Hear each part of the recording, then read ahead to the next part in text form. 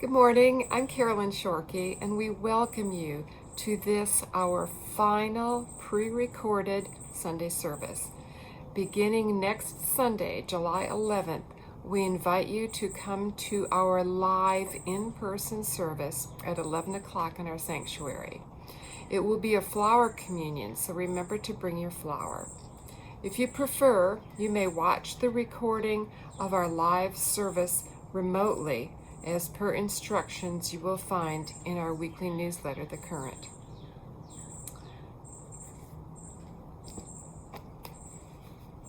Evan and I are honored to have worked along with our staff, Sunday service associates, board members, and Annelinde and Sue at their piano, as well as our choir and musicians, to produce these weekly recordings.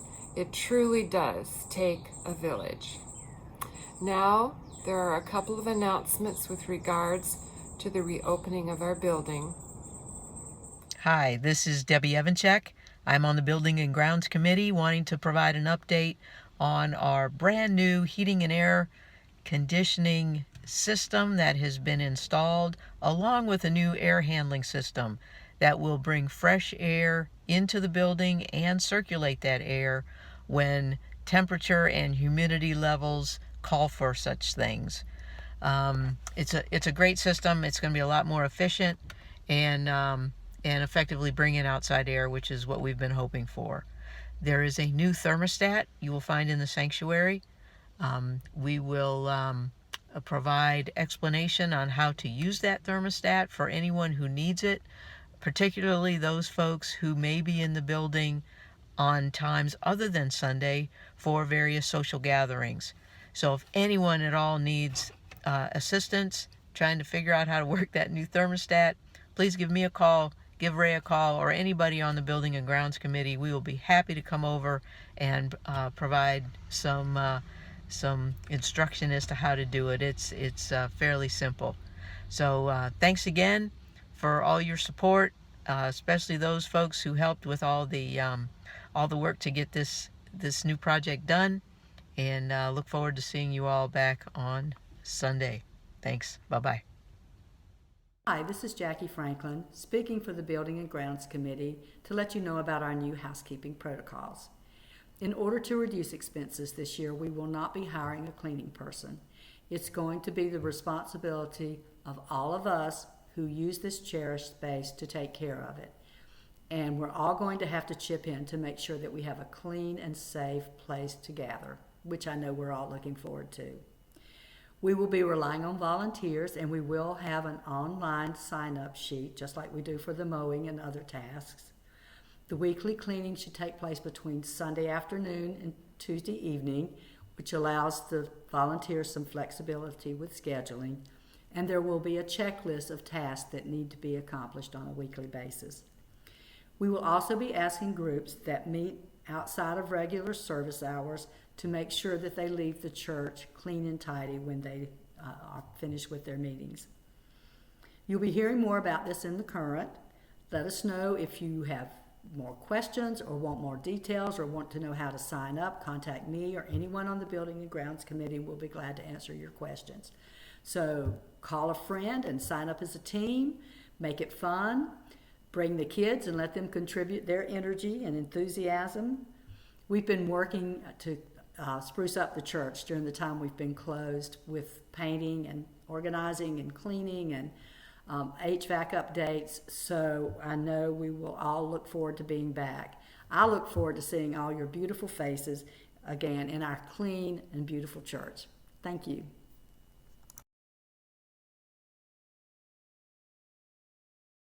The mission of the Unitarian Universalist Congregation of the Swannanoa Valley is to create an open, active, and welcoming liberal religious community that nurtures spirituality, inspires growth and learning in the search for truth, and challenges us to live our values conscientiously through service and example.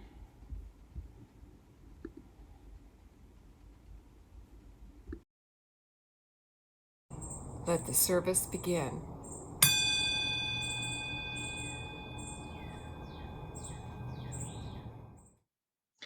Good morning. It is a joy to be with you, especially to help lead your worship service with my distant and yet close cousin, Spence Foscue. Our opening words are excerpted from The Hill We Climb by Amanda Gorman.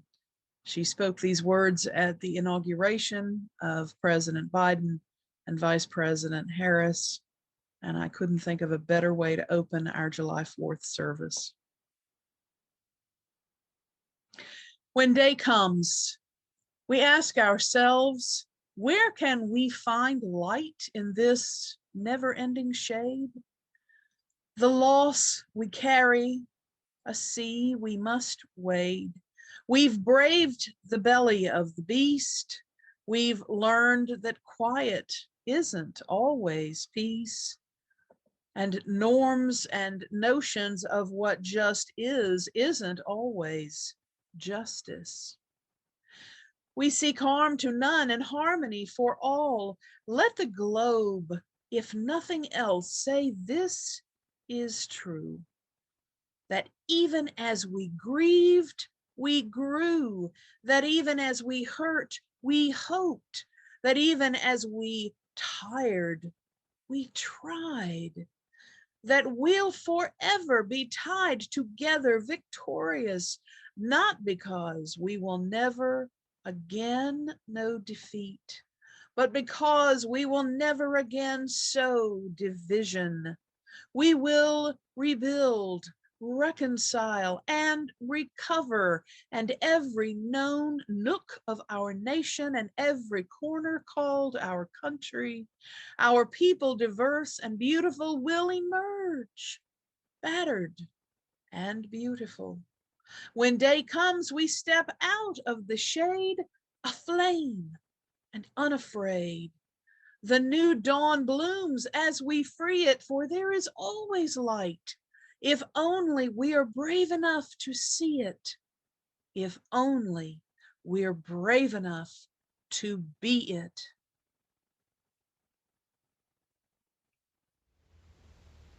We hallow our time together by kindling the chalice of our heritage.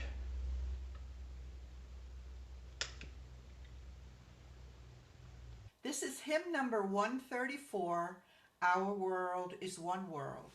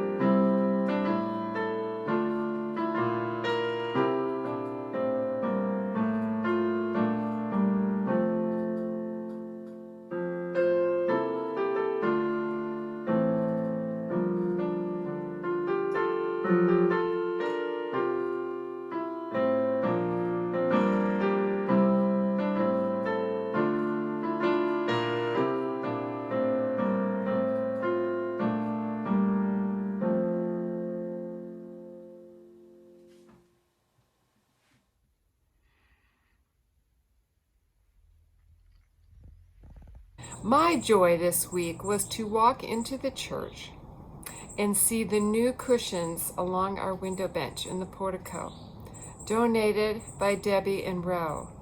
Oh my, they look so nice.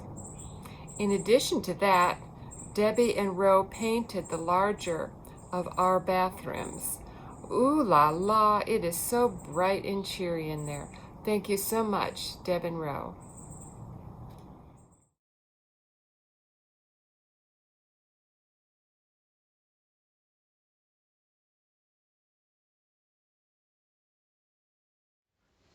This is the time in our service when we ask for your gifts to help us continue in the work and the fellowship that our congregation so enjoys. Thank you for your generosity.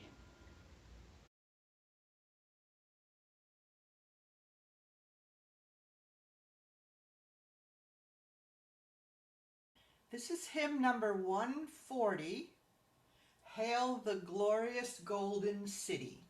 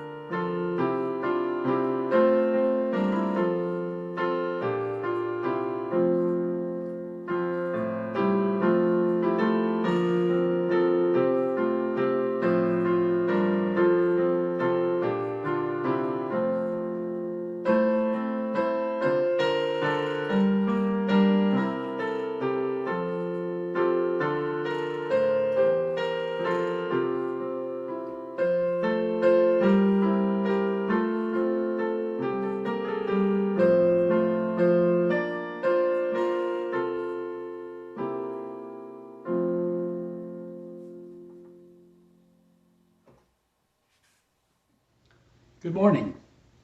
My name is Spence Foscue. Before I introduce Reverend Ruth Vann Lillian, I have a story to tell. A year or so ago, in the midst of the pandemic, I was reading the Pulitzer Prize winning book, Carry Me Home, Birmingham, Alabama, and the Climactic Battle of the Civil Rights Revolution by Diane McWhorter. I recommend this riveting story about Birmingham's pivotal part of the civil rights struggle. It was with delight and surprise that I read of a young woman activist, Lillian Foscue, and her husband, David Vann, who was an attorney and worked to moderate between the civil rights leaders like Dr. Martin Luther King, Ralph Abernathy, and Fred Shuttlesworth, and the white city leaders. He had a very difficult task.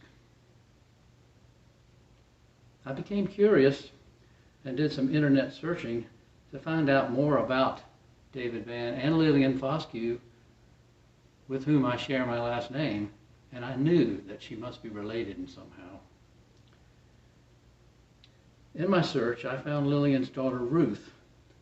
Her last name is now Lillian, taken from her mother, and a bio about her on the UU Tuscaloosa website as their minister.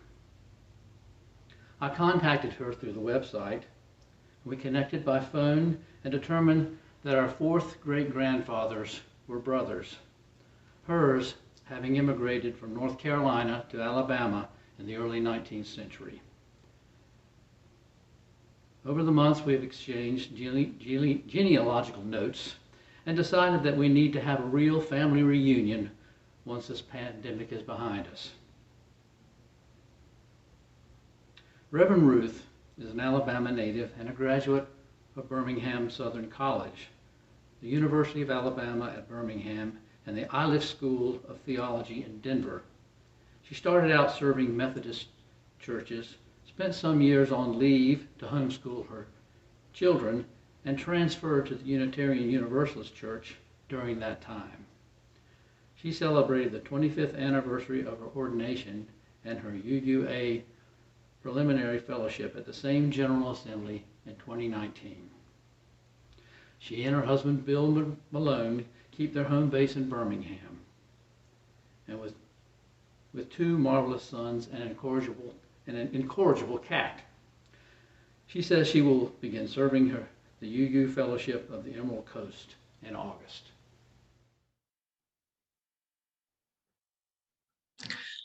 Let America be America again.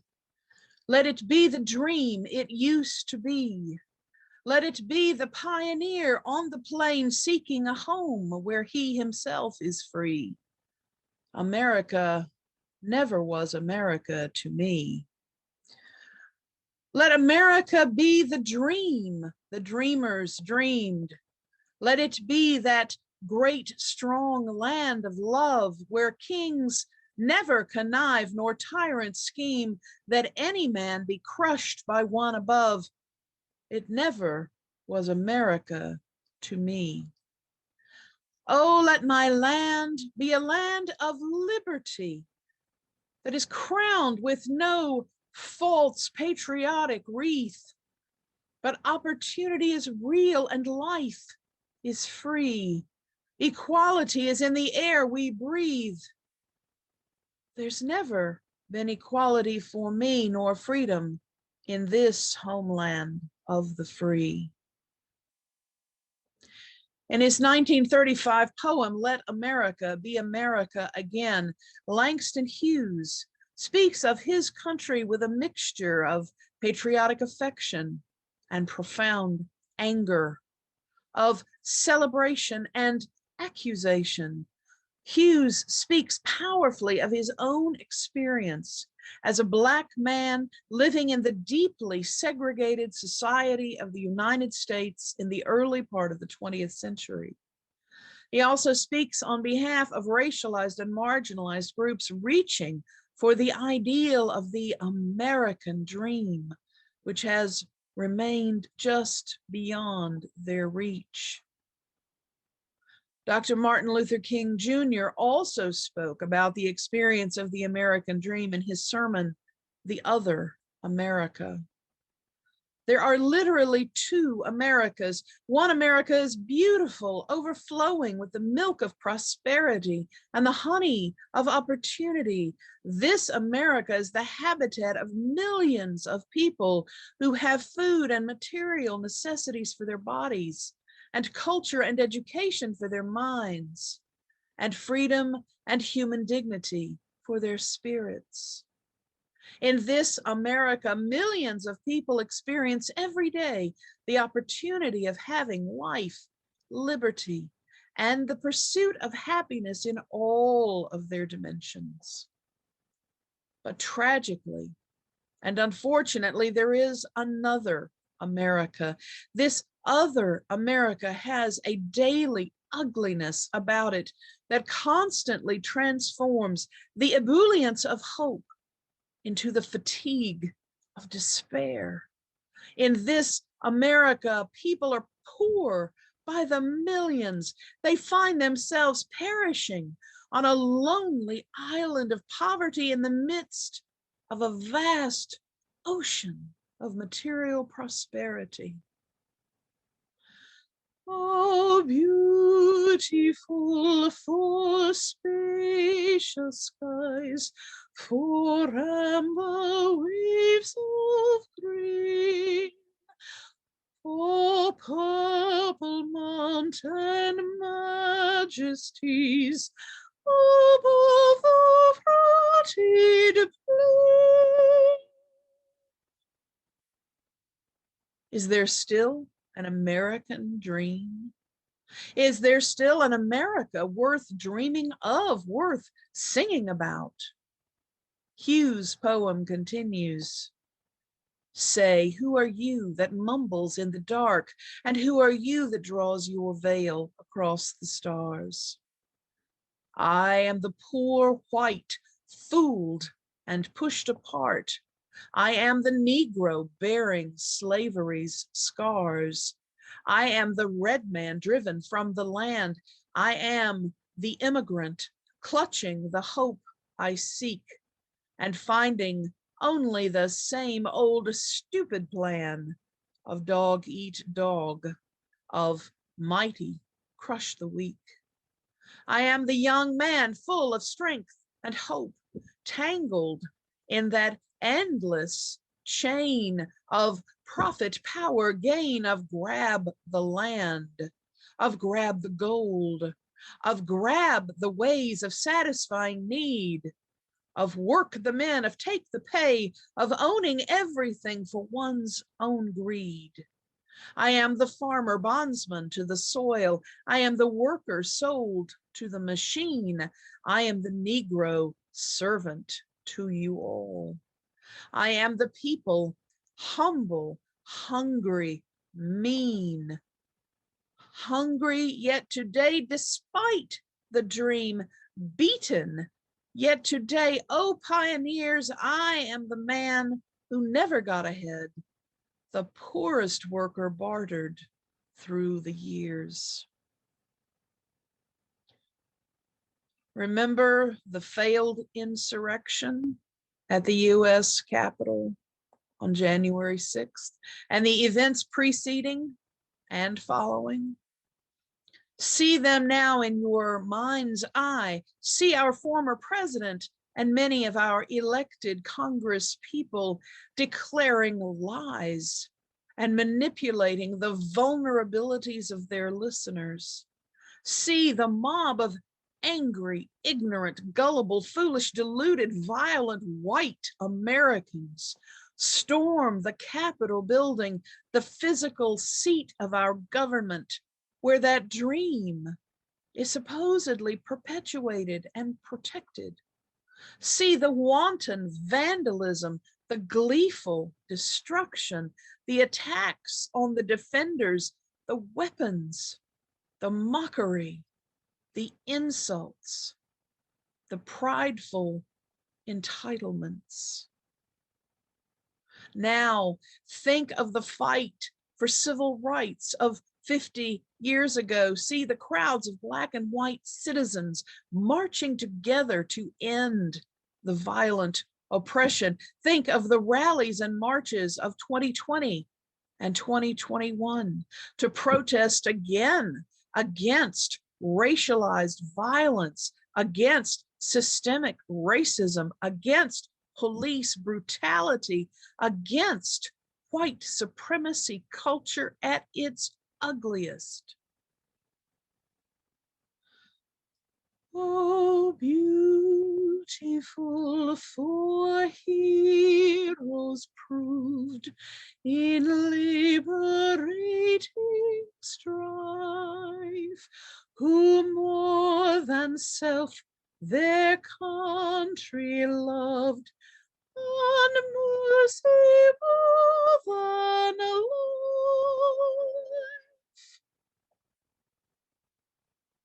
Hugh's poem continues.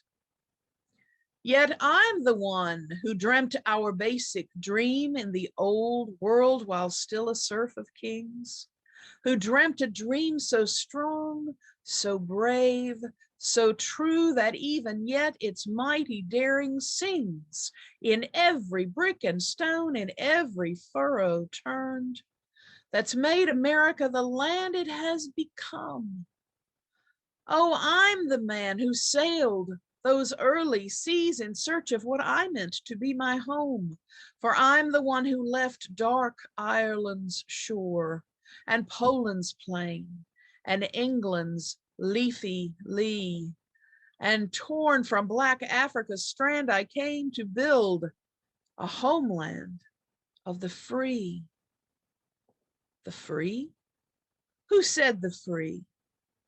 Not me, surely not me. The millions on relief today, the millions shot down when we strike, the millions who have nothing for our pay, for all the dreams we've dreamed, and all the songs we've sung, and all the hopes we've held, and all the flags we've hung.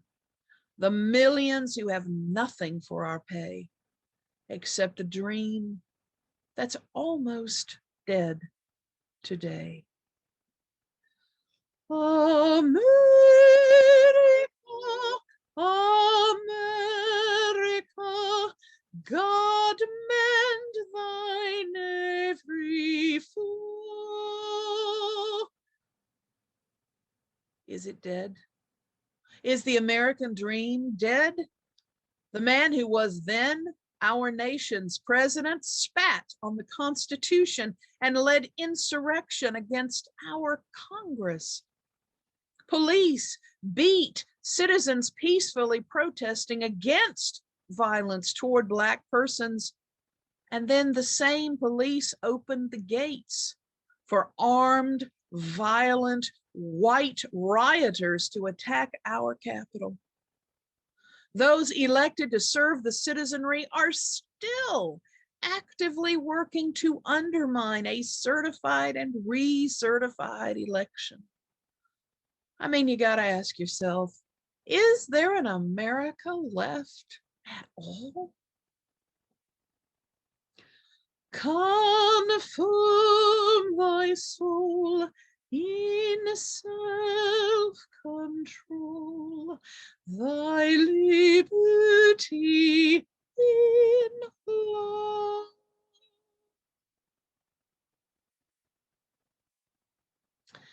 By 1967, a year before his assassination, Martin Luther King Jr. was shifting his focus away from the battles against segregation and for basic decency to the more complex problems of systemic cultural racism.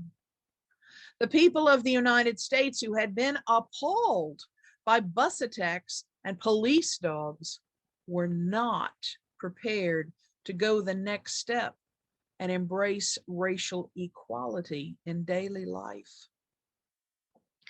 King told them the struggle for civil rights and the struggle to make these two Americas one America is much more difficult today than it was years ago.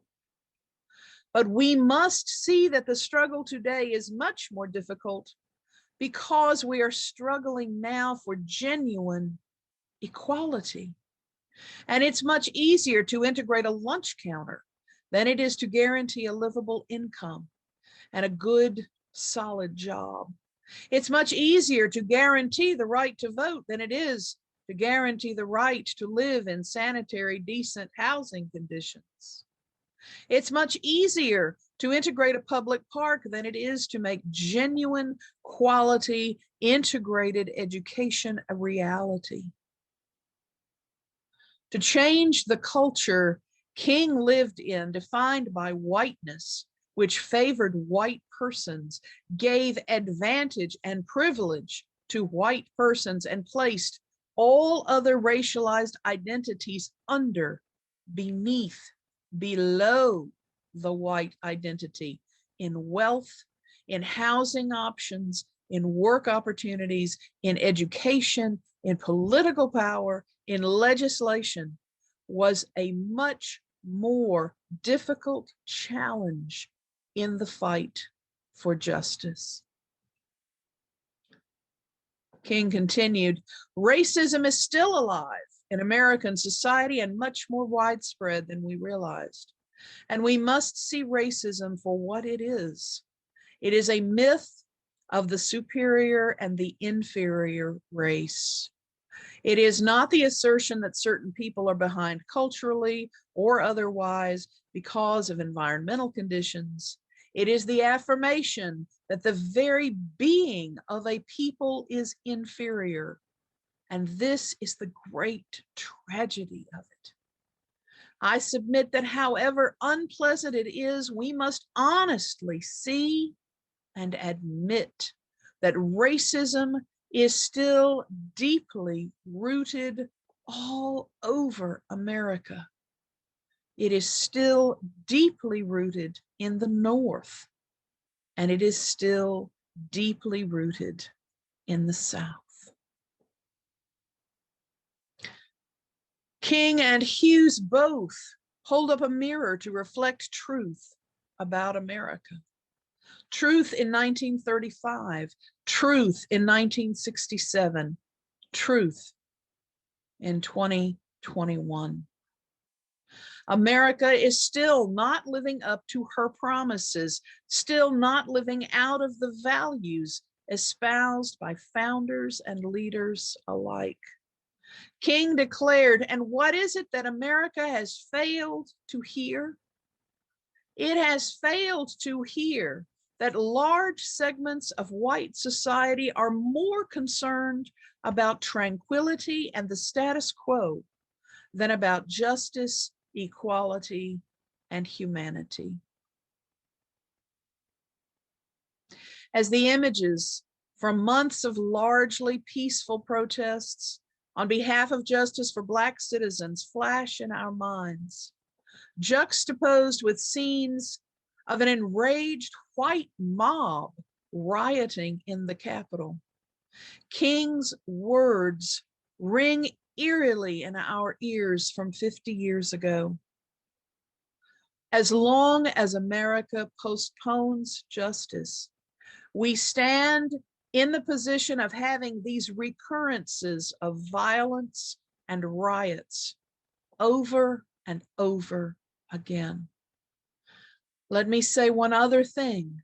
Even though it may be true that the law cannot change the heart, it can restrain the heartless. Even though it may be true that the law cannot make a man love me, it can restrain him from lynching me.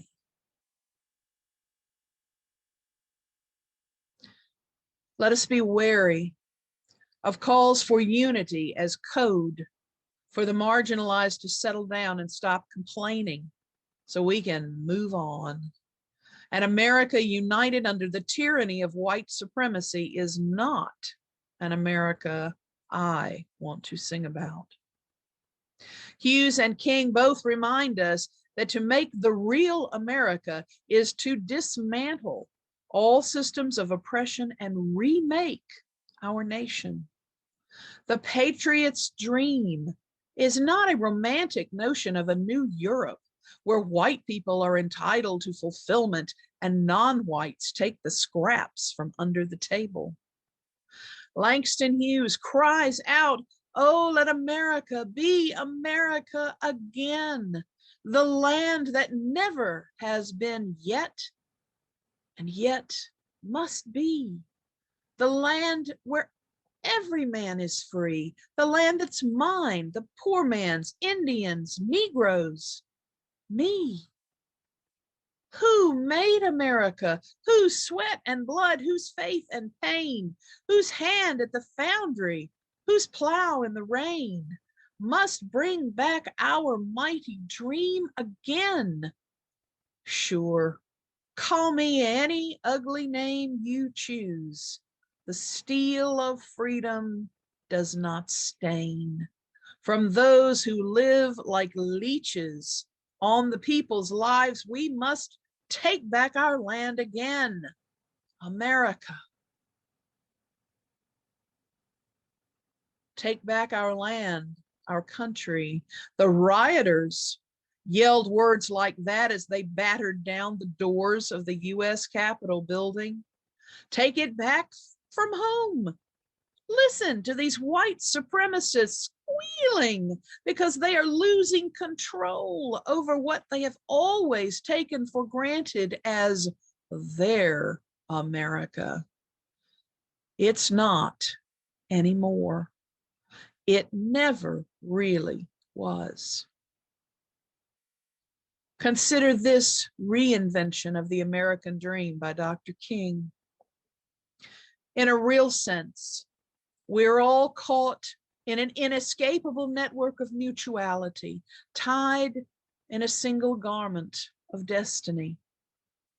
And so we are all in the same situation. The salvation of the Negro will mean the salvation of the white man, and the destruction of the life and the ongoing progress of the Negro will be the destruction of the ongoing progress of the nation.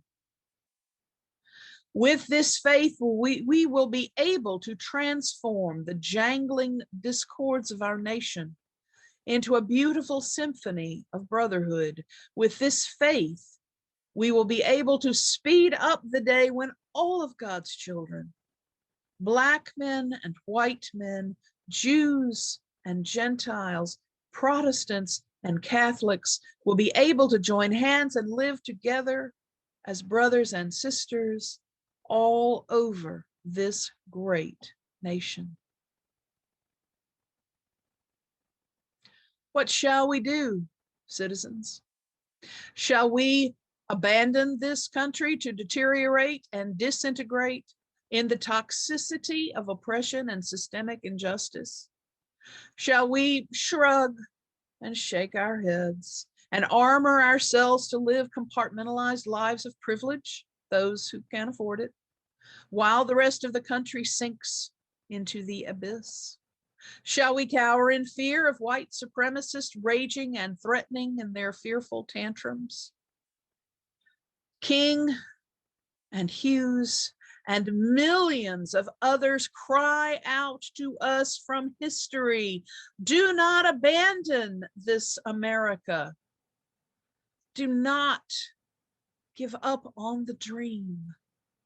Remake, rework, rewrite, renew, recreate that dream. Listen to Hughes' declaration. Oh, yes, I say it plain. America never was America to me. And yet I swear this oath, America will be.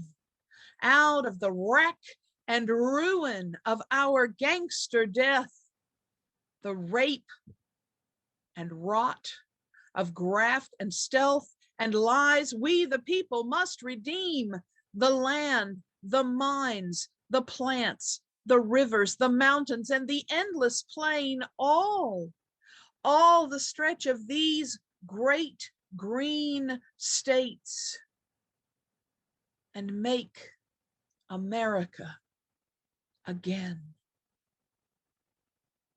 Amen. Shalom. Blessed be. This is hymn number 148, Let Freedom Span Both East and West.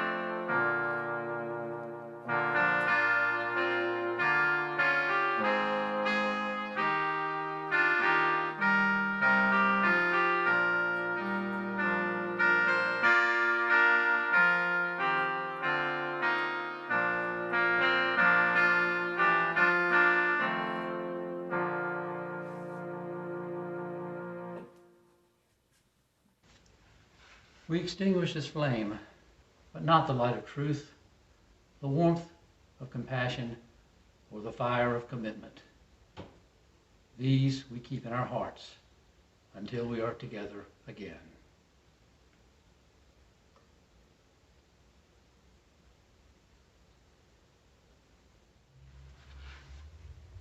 Now for some fireworks.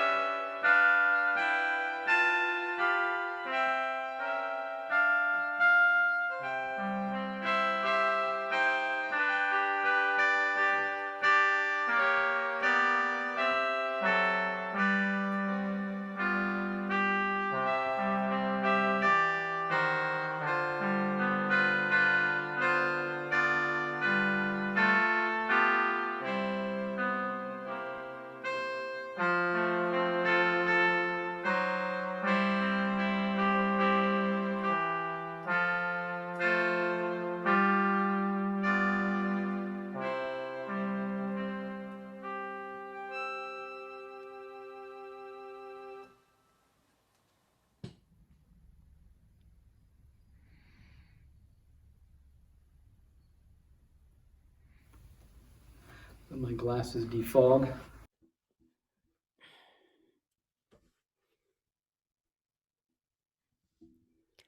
Our meditation prayer this morning is prayer for morning.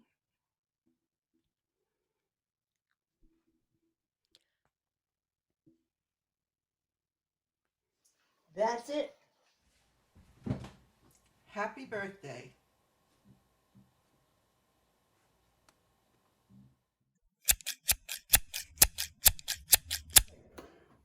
Welcome. Whew.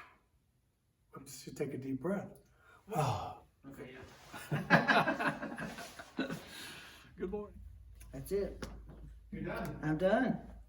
Let me say before you take off, in case I don't speak to you, I really enjoyed last year seeing your wife and child or children. That was a beautiful thing, I thought. So thank you. You've got a beautiful family. Thank you. Yeah.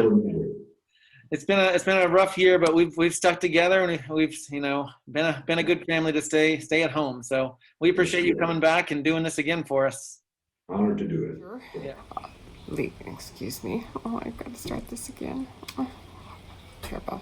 Okay. All right, so maybe I should I light the chalice, then do the opening words, and then introduce the hymn? Would that flow better? For me, I get mixed up.